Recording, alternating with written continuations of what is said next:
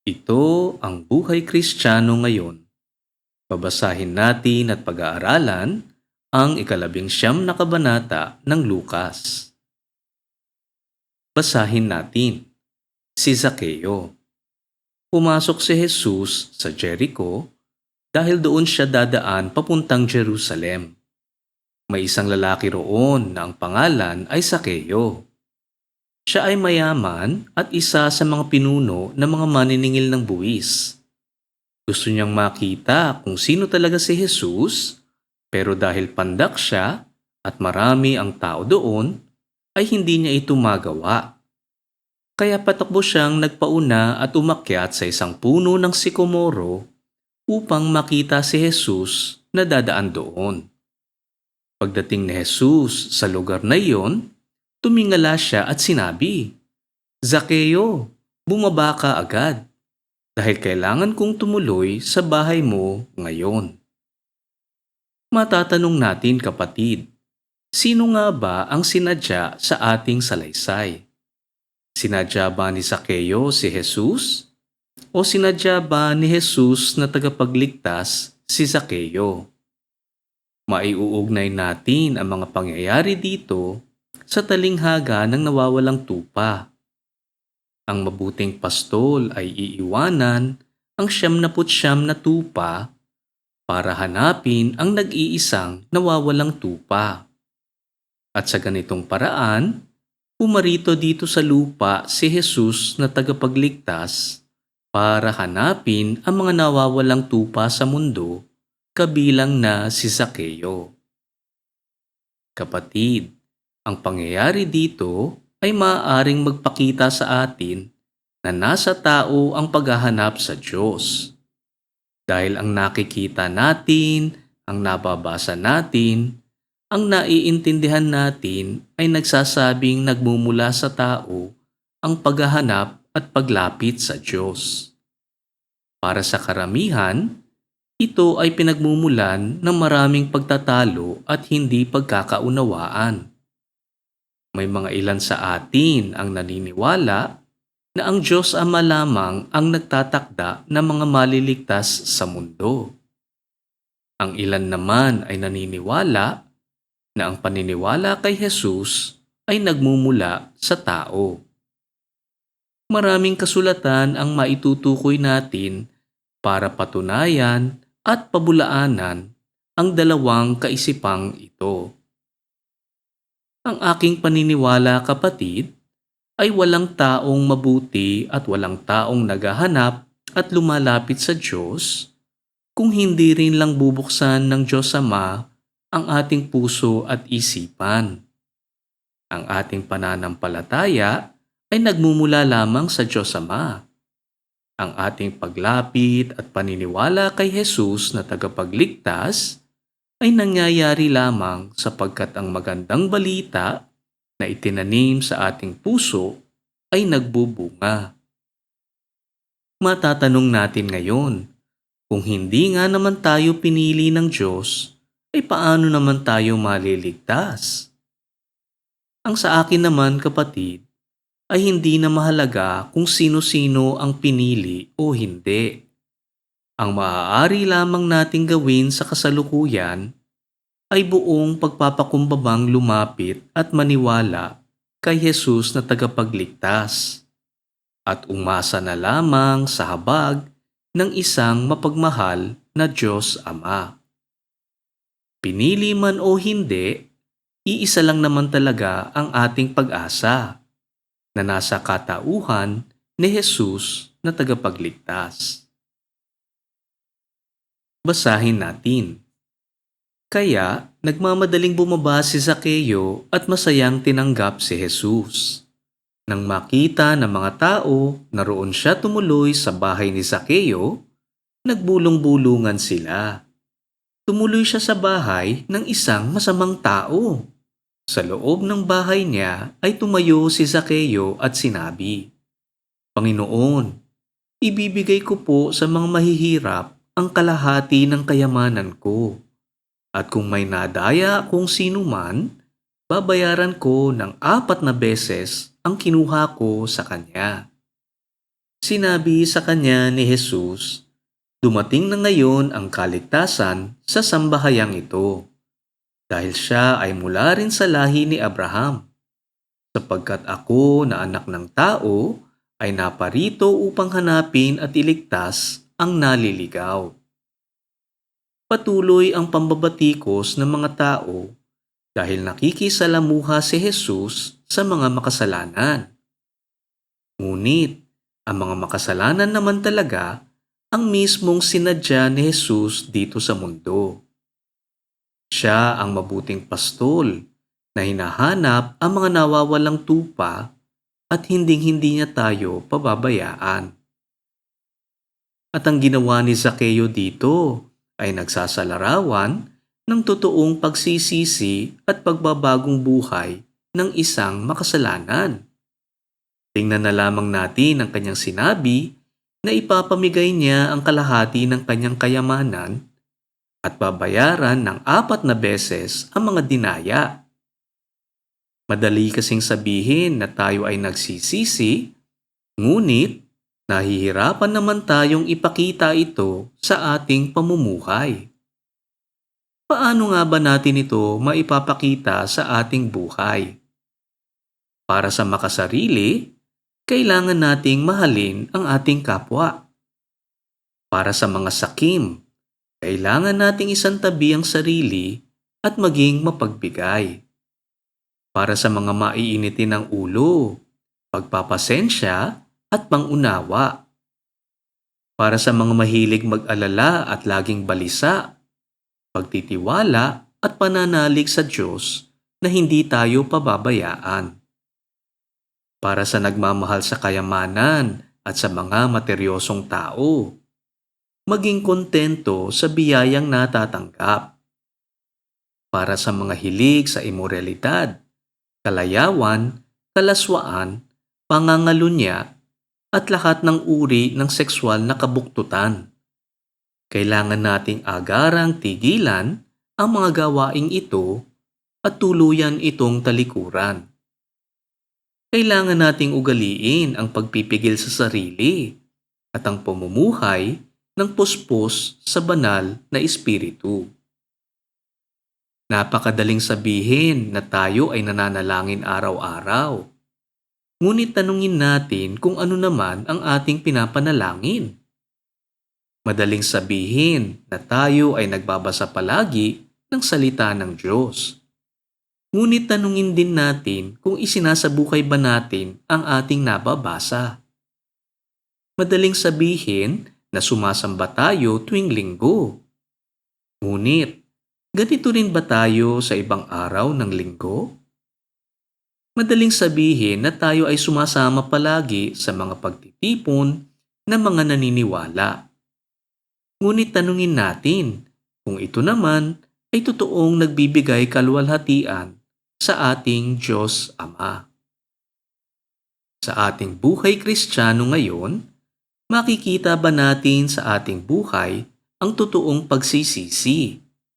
Hinahalin tulad ni Jesus ang ating pananampalataya sa pampaalsa na inilagay sa isang palanggana ng arena, tulad ng isang maliit na buto ng mustasa na tumubo at lumaki para mapagpugaran ng maraming ibon. Para itong ilaw na nagliliwanag sa buong bahay. Sabi nga sa aklat ng Santiago, ang pananampalatayang walang gawa ay walang saysay. Basahin natin ang talinghaga tungkol sa 3 alipin. Habang nakikinig ang mga tao, ikinwento ni Jesus sa kanila ang isang talinghaga. Dahil malapit na sila sa Jerusalem at ang akala ng mga tao ay makikita na nila ang paghahari ng Diyos. Sinabi ni Jesus, may isang kilala at mayamang tao na pumunta sa malayong lugar upang tanggapin ang otoridad bilang hari sa kanyang lugar. At pagkatapos nito'y babalik siya agad sa kanyang bayan. Bago siya umalis, tinawag niya ang 10 sa mga alipin niya at binigyan sila ng magkakaparehong halaga ng pera. Pagkatapos, sinabi niya sa kanila, "Gawin ninyo itong puhunan sa negosyo hanggang sa bumalik ako." Ang talinghagang ito ay hindi nagpapatukoy sa pagnenegosyo dito sa lupa. Nang sabihin ni Jesus na nagbigay ng magkaparehong halaga ng pera sa mga alipin, ang tinutukoy dito ay ang magandang balitang pare-parehong ibinigay sa bawat isa sa atin. Ang pagnenegosyo sa perang ibinili ng kilala at mayamang tao ay maihahalin tulad natin sa ating gagawin sa magandang balita. Katulad ng nangyari kay Zaccheo, ang magandang balita ay nagbunga sa kanyang buhay ng totoong pagsisisi at pagbabagong buhay. Para sa atin, nawa ay maging halimbawa si Zaccheo sa ating sariling pagsisisi at pagbabagong buhay. Alalahanin din natin dito ang bilin sa atin ni Jesus bago siya bumalik sa langit, na ipamalita ang magandang balita sa buong mundo. Magpapakita lamang ito ng ating pagmamahal kay Jesus at sa ating kapwa. Nang sa ganoon ay magkaroon ng kaligtasan ang nakararami at magbigay ng kaluwalhatian sa ating Diyos Ama. Basahin natin, "Pero ayaw sa kanya ng mga kababayan niya. Kaya pagkaalis niya, nagpadala sila ng mga kinatawan doon sa pupuntahan niya para sabihin sa kinauukulan na ayaw nila na maghari siya sa kanila. Pero ginawa pa rin siyang hari. Nang makauwi na siya sa bayan niya, ipinatawag niya ang 10 alipin na binigyan niya ng puhunan para malaman kung magkano ang tinubo ng bawat isa. Lumapit sa kanya ang una at sinabi, 'Ang perang ibinigay niyo sa akin ay tumubo po ng 10. Sinabi ng hari, 'Magaling, mabuti kang alipin. At dahil naging tapat ka sa kakaunting pinagkatiwala sa iyo, pamamahalain kita sa 10 lungsod.' Lumapit ang ikalawa at nagsabi, 'Ang pera po na ibinigay ninyo sa akin ay tumubo ng 5. Sinabi ng hari, 'Mamamahala ka sa 5 lungsod.' Ang mga kababayan na tinanggihan ang paghahari ni Jesus ay ang mga Hudyo, mga Pariseyo at mga tagapagturo ng kautusan. Sa kabila ng kanilang pagtanggi kay Jesus na tagapagligtas, pagdadaanan pa rin niya ang kalbaryo na magliligtas sa sanlibutan ayon sa pangako ng Diyos Ama. Ang paghuhusga sa mga alipin sa pagbabalik ng kilala at mayamang tao ay maihahalin tulad natin sa darating na araw na paghahatol sa pagbabalik ni Jesus bilang huling hukom. Magkakaroon ng paghuhusga sa ating buhay dito sa lupa, sa lahat ng ating ginawa, sa lahat ng ating inisip, nasabi at isinapuso. Walang itinatago na hindi rin mabubunyag. Wala tayong maitatago sa mata ng Diyos. Kapatid, ang talinghagang ito ay hindi nagpapatukoy sa pagnenegosyo sa lupa. Ang talinghagang ito ay nagpapatukoy sa darating na araw ng paghahatol. Ngunit, tanungin natin kung ano ang tubong tinutukoy dito na hahanapin sa araw ng paghahatol. Tama bang isipin na ang pagtubo ng pera ay nagpapatukoy sa mga taong maniniwala kay Jesus dahil ipinamahagi natin ang magandang balita?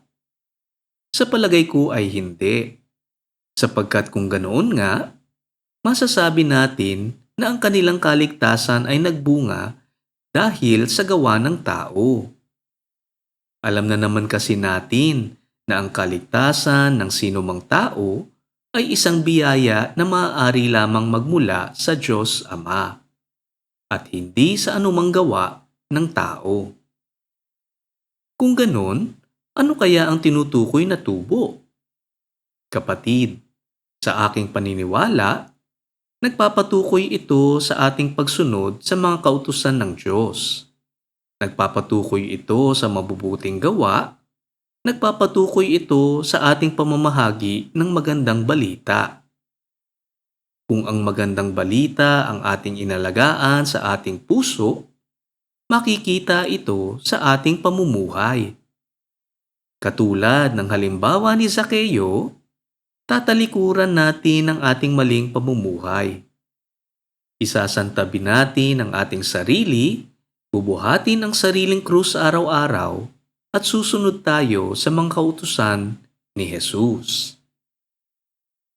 Nabanggit na natin na hindi dapat umasa ng gantimpala ang mga tagasunod sa kanilang pagsunod. Ito ay isang tungkulin at siya namang inaasahan lamang sa isang tagasunod.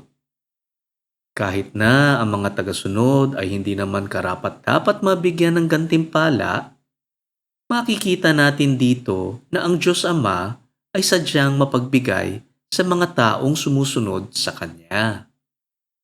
Kaya naman pamamahalain sila ng ilang lungsod ayon sa kanilang ginawa. Basahin natin. Lumapit ang isa pang alipin at nagsabi, "Ito po ang pera ninyo. Binalot ko po sa isang panyo dahil natatakot ako sa inyo. Alam ko kasing mabagsik kayo, kinukuha ninyo ang hindi ninyo pinaghirapan at inaani ninyo ang hindi ninyo itinanim." Sinabi ng hari, "Masamang alipin, kakatulan kita ayon sa sinabi mo. Alam mo palang mabagsik ako na kinukuha ko ang hindi ko pinaghirapan at inaani ko ang hindi ko itinanim. Bakit hindi mo na lang idineposito sa bangko ang pera ko para sa pagbalik ko ay makuha ko ito ng may tubo?" Sinabi ng hari sa mga naroon, "Kunin niyo sa kanya ang pera at ibigay sa tumubo ng 10." Sinabi nila, "Kumita na po siya ng 10."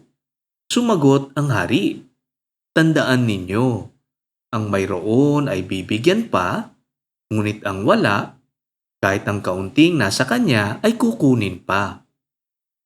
Tungkol naman sa mga kaaway ko na ayaw pasakop sa akin bilang hari, dalhin niyo sila rito at patayin sa harap ko.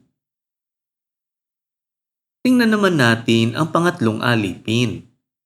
Dito makikita natin ang kanyang maling pagtingin sa hari. Naniniwala siyang ang hari ay mabagsik at hindi makatwiran. Kapatid, ilan sa atin ang may ganitong pagtingin sa Diyos Ama? Marami sa atin ay naghihirap sa buhay. Marami sa atin ay pinagdadaanan ang hindi makatarungang pamumuhay. Marami sa atin ang may sakit at hindi makahanap ng lunas. Marami sa atin ang may mga relasyong hindi maayos-ayos. Marami sa atin ay nabubuhay ng walang pagmamahal sa kapwa. Marami sa atin ay lulong sa bisyo na hindi makatakas. Marami sa atin ay naiipit dahil sa ating tamang pamumuhay. Marami sa atin ang namumuhay ng tahimik, ngunit pilit na nalalagay sa alanganin gawa ng ibang tao. Marami sa atin ang nagsasabi na tayo ay nananampalataya, ngunit hindi tayo pinakikinggan ng Diyos Ama sa ating mga kahilingan at nakalimutan na tayo ng Diyos. Sadyang ganito ang buhay dito sa lupa, kapatid. Ngunit, huwag nating isipin na hindi tayo nakikita ng Diyos. Huwag nating isipin na hindi tayo naririnig ng Diyos. Huwag tayong magtanim ng galit sa Diyos. Ibinigay sa atin ang lahat ng ating kailangan dito sa mundo sa magandang balita na nagbibigay kaligtasan sa katauhan ni Jesus na tagapagligtas. Sa kabila ng ating paghihirap dito sa mundo, ang ating pananampalataya ay totoo namang masusubukan habang tayo ay nasa lupa. Huwag tayong gumaya sa pangatlong alipin sa kanyang ginawa sa magandang balita. Hindi niya ito pinaniwalaan. Hindi niya ito isinabuhay. Hindi niya ito ipinamahagi sa iba. Kaya naman, hindi ito nagbigay ng pag-asa. Hindi ito nagbigay ng bunga. Hindi ito nagbigay ng lakas at lunas at ginhawa sa mga dagok na pagdaraanan natin dito sa buhay. At sa araw ng paghahatol, kukunin ang biyayang ito at ibibigay naman sa iba. At kapareho sa mga taong tinalikuran ng paghahari ni Jesus na tagapagligtas, matatanggap nila ang lahat ng kaparusahang nakalaan para sa kanila. Basahin natin ang matagumpay na pagpasok ni Jesus sa Jerusalem. Pagkatapos magkwento ni Jesus, nagpatuloy siya sa paglalakad at nanguna sa kanila papuntang Jerusalem.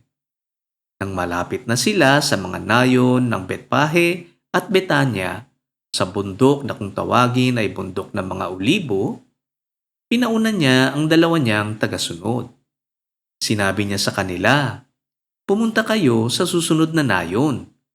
Pagpasok niyo roon, makikita ninyo ang isang batang asno na nakatali. Hindi pa ito nasasakyan ng kahit sino. Kalagan ninyo at dalhin dito. Kung may magtanong kung bakit nyo kinakalagan ng asno, sabihin ninyong kailangan ng Panginoon." Kaya lumakad ang dalawang inutusan at nakakita nga sila ng asno ayon sa sinabi ni Jesus. Nang kinakalagan na nila ang asno, tinanong sila ng mga may-ari, "Bakit ninyo kinakalagan yan?" Sumagot sila, "Kailangan ito ng Panginoon." Ang pagbabalik ni Jesus na tagapagligtas sa Jerusalem ang simula ng kanyang kalbaryo na siya namang kasatuparan ng ipinangakong pagliligtas ng Diyos Ama sa mundo. Marami ang naghahanap ng isang malakas na pinuno na lilipulin ang kanilang mga kaaway, na siyang magtatatagulit ng kaharian ng Israel katulad nung panahon ni Haring David, na ang haring darating ay mamumuno ng matuwid, makatwiran, at magbibigay hustisya sa buong mundo. Totoong mangyayari nga ang mga ito, ngunit hindi sa kaparaanan na inaasahan ng marami. Ang lahat ng nangyayari na ating nababasa ay sumusunod lamang ayon sa panahon na itinakda ng Diyos Ama.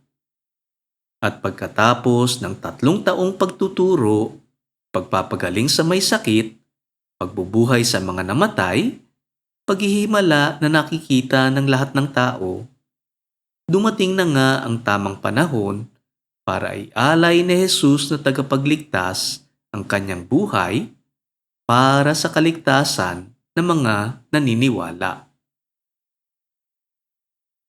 Basahin natin.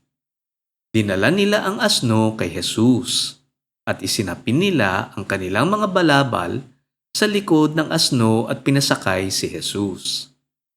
Habang nakasakay siya sa asno papuntang Jerusalem, inilatag ng mga tao ang kanilang mga balabal sa dadaanan niya. Nang pababa na siya sa bundok ng mga olibo at malapit na sa Jerusalem, nagsigawan sa tuwa ang lahat ng tagasunod niya at nagpuri ng malakas sa Diyos dahil sa mga himalang nasaksihan nila. Sinabi nila, "Pinagpala ng Panginoon ang haring kanyang ipinadala. Mayroon na tayong magandang relasyon sa Diyos. Purihin ang Diyos sa langit." Sinabi sa kanya ng ilang Pariseyong kasama ng karamihan, "Guro, sawayin mo ang mga tagasunod mo." Pero sinagot sila ni Jesus, "Sinasabi ko sa inyo, kung tatahimik sila, ang mga bato na ang sisigaw ng papuri." Ang nag-uumapaw na galak na nararamdaman ng mga tagasunod sa pagdating ni Jesus na tagapagligtas ay hindi naman mapigil at maitago.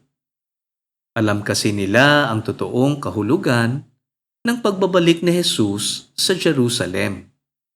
Alam kasi nila na ito na ang kasatuparan ng pagliligtas ng Diyos Ama sa mundo. Salungat naman ang nararamdaman ng mga Pariseyo at ng mga taong hindi naniniwala. Itinuturing nila ang pagbati, pagpupuri at pagsasaya na ito bilang isang kalapastanganan sa Diyos Ama, kaya pinasusuway nila ang mga tagasunod ni Jesus. Sa ating buhay Kristiyano ngayon, ano nga ba ang ating nararamdaman ukol sa pagdating ni Jesus na tagapagligtas? Sumisigaw ba ang ating buong katauhan sa pag-asa ng kaligtasan para sa ating mga makasalanan? Kinikilala ba natin ang araw ng ating pamimisita? Ano ang gagawin natin sa magandang balita na ipinagkaloob sa atin mula sa Diyos Ama? Tinatanggap ba natin si Jesus sa ating puso katulad ng pagtanggap ni Zaccheo? Basahin natin. Umiyak si Jesus para sa mga taga-Jerusalem. Nang malapit na si Jesus sa Jerusalem at nakita niya ang lungsod, umiyak siya para sa mga taga roon. Sinabi niya, "Sana nalaman ninyo sa araw na ito kung ano ang makapagbibigay sa inyo ng kapayapaan. Ngunit natakpan ang inyong pangunawa. Darating ang araw na papaligiran kayo ng kuta ng inyong mga kaaway. Palilibutan nila kayo at kabi-kabilang lulusubin. Lilipulin nila kayo at ang inyong mga anak at wawasakin nila ang lungsod ninyo. Wala silang iiwang bato na magkapatong. Mangyayari ang lahat ng ito sa inyo dahil binaliwala ninyo ang araw ng pagliligtas sa inyo ng Diyos." Ang kapayapaan na tinutukoy dito ni Jesus na tagapagligtas ay nagpapatukoy sa kapayapaan sa pagitan ng mga makasalanang tao at sa Diyos Ama. Ang makasalanan kasi ay kumakalaban sa Diyos Ama sa tuwing tayo ay nagkakasala. Ang hindi natin pagsunod sa kanyang mga kautusan ang naglayo sa atin sa puspusang kabanalan ng Diyos Ama. Ang ating maling pamumuhay ay nagpapatukoy lamang sa ating pagkalaban at pagrerebelde sa dakilang lumikha.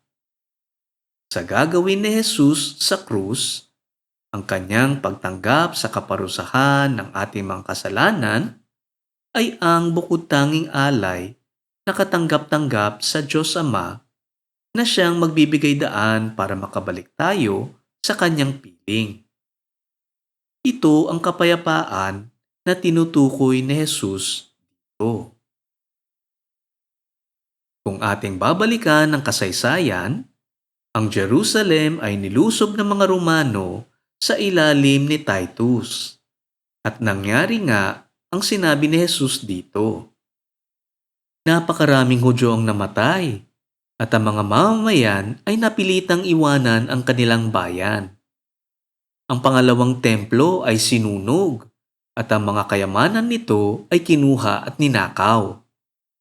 Totoo namang winasak ang buong Israel. Walang naiwan na mga Hudyo at walang naiwang batong magkapatong sa lahat ng kanilang itinayo. Ganito rin ang mangyayari sa mga makasalanang tatanggihan ang kapatawaran ng kasalanan at kaligtasan sa kaparusahan sa katauhan ni Jesus na tagapagligtas. Makasalanang mapagmataas ay mapupunta kung saan siya ay tatangis at mangangalot ang ngipin. Mapupunta siya sa apoy na hindi mamamatay. Lahat ng ito ay sinabi ni Jesus sa atin, at lahat ng ito ay totoo namang mangyayari. At kung mangyayari nga ito sa mga taong iyong minamahal, maiintindihan natin kung bakit umiyak si Jesus para sa mga Hudyo pagpasok niya ng Jerusalem. Basahin natin ang pagmamalasakit ni Jesus sa templo. Pagdating nila sa Jerusalem, pumunta si Jesus sa templo at itinaboy niya ang mga nagtitinda roon. Sinabi niya sa kanila, "Sinasabi ng Diyos sa kasulatan, ang aking bahay ay bahay panalanginan, ngunit ginawa ninyong pugad ng mga tulisan." Nagtuturo si Jesus sa templo araw-araw, habang pinagsisikapan naman ng mga namamahalang pari, mga tagapagturo ng kautusan, at ng mga pinuno ng bayan na patayin siya. Pero wala silang makitang paraan upang maisagawa ito dahil nakikinig ng mabuti ang mga tao sa mga tinuturo niya. Sa araw ng paghahatol, haharapin nating lahat si Jesus na huling hukom. Sa ipinakita ni Jesus sa templo, maihahalin tulad natin ito sa panahon ng ating paghahatol. Tanungin natin kapatid, sino nga ba ang tinutukoy ni Jesus na nagtitinda at nagpapalit ng pera sa templo ng Diyos Ama? Tinutukoy niya dito ang mga Pariseo at mga namumunong pari na ginagamit lamang ang kanilang katungkulan para sa sariling karangalan, sariling kayamanan, sariling kapakanan, at naglalayo ng mga tao sa Diyos Ama.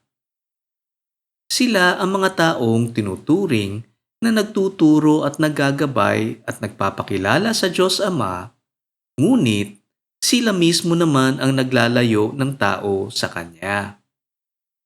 Akala ng mga tao ay sila ay banal dahil sa kanilang katungkulan. Ngunit sila ay totoo namang mapagkunwari at malayo ang puso sa Diyos. Sa ating buhay Kristiyano ngayon, tayo ba ay katulad ng mga magnanakaw na ginagawang pugad ang templo ng Diyos Ama? Tayo ba ay katulad ng mga Pariseo at tagapagturo ng kautusan na naglalayo ng mga tao sa Diyos? Kapatid, napakaraming huwad na propeta, napakarami ng mapaglinlang, napakarami ng lobo sa mundo. Matuto tayong mangilatis ng ating kapwa at huwag nating kakalimutang kilatisin ang ating puso. Iwasan natin na tayo ay maging katulad sa mga nagtitinda sa harap ng templo. Manalangin tayo. Diyos Ama, buksan ninyo ang aming puso at isipan at tulungan nyo kaming maintindihan at isabuhay ang aming napag-aralan ngayon. Nananalangin kami sa ngalan ni Jesus. Amen. Dito nagtatapos ang ating pag-aaral sa 19 na kabanata ng Lukas. Ugaliin natin ang pagbabasa ng salita ng Diyos. Nandito ang mga salitang nagbibigay ng buhay na walang hanggan. Ito ang buhay Kristiyano ngayon.